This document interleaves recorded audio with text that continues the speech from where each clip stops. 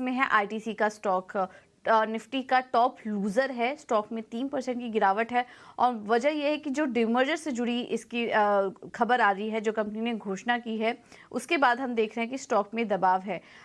इस पर और जानकारी देने के लिए और कंपनी पर क्या असर पड़ सकता है आने वाले समय में, इसकी पूरी डिटेल्स लेकर हमारे साथ विनी जुड़ चुकी हैं। विनी, बताइए।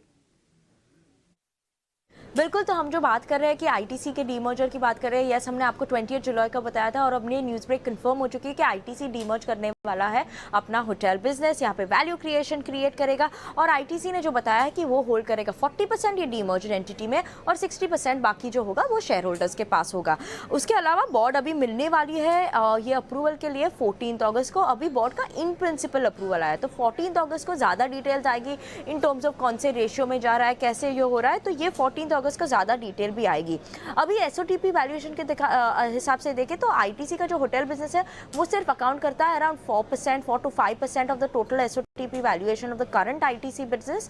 तो वहाँ पे उनकी जो शेयर प्राइस वैल्यू होगी वो है अराउंड 25-30 रुपीज़ की शेयर प्राइस वैल्यू पे होगी आईटीसी की होटल बिजनेस। और भूलिए मत, आईटीसी की होटल बिजनेस लाइन में आती है सेकंड, पहले आईएचसीएल, उसके बाद सबसे बड़ी जो होटल सेकंड लार्जेस्ट है वो है आईटीसी। और उनकी इबिट मार्जिन भी, इबिटा मार्जिन जो देखें वो भी सिमिलर लेवल पे है आईएचसीएल के कंपेयर टू। नाउ और ज़्यादा जो एक्सक्लूसिव डिटेल्स हम आपके लिए लाए हैं आज की, आईटीसी अभी ये जो 40% सिर्फ आईटीसी ने बताया कि वो होल्ड करेगा सिर्फ 40% stake in the new demerged entity, जो नई होटल बिजनेस होगी वहाँ पे। तो ये क्या है कि आगे जाते हुए आईटीसी ये होटल बिजनेस को एक इंडिपेंडेंट एंटिटी बनाना चाहता है। वहाँ पे वो स्ट्रेटेजिक इन्वेस्टर्स लाएंगे ऑन बोर्ड, वो देखेंगे कि नए कुछ स्ट्रेटेजिक इन्वेस्टर्स आ सकते हैं होटल बिजनेस के लिए, तो ये सेपरेट एंटिटी बन जाएगी और ये अपने आगे जाते हुए स्टेक की बात कर सकते हैं कि रिड्यूस कर सकते हैं स्टेक, और वो स्ट्रेटेजिक इन्वेस्टमेंट और स्ट्रेटेजिक पार्टनर्स ढूंढेंगे होटल बिजनेस के लिए अगर उन्हें एक राइट प्राइस मिल गया। तो ये ज़्यादा एक्सक्लूसिव डिटेल्स, जो नई डिटेल्स हम आपके लिए आ रही है अकॉर्डिंग टू सोर्सेस। तो श्योरली आईटीसी एक इन्फॉर्मेशन है जहाँ पे हम लोग श्योरली फोकस करेंगे और ये स्टॉक पे श्योरली फोकस रहेगा।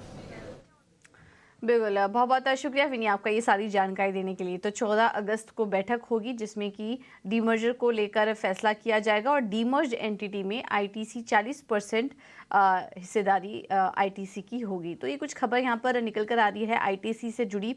आईटीसी पर अविनाश, आपसे राय लेना चाहेंगे। स्टॉक में एक शानदार तेज़ी हमने देखी, लाइफ हाईज के लेवल देखे, अब ये जो खबर आ रही है इसे आप कैसे देख रहे हैं और क्या सलाह देंगे आईटीसी के शेयरधारकों को?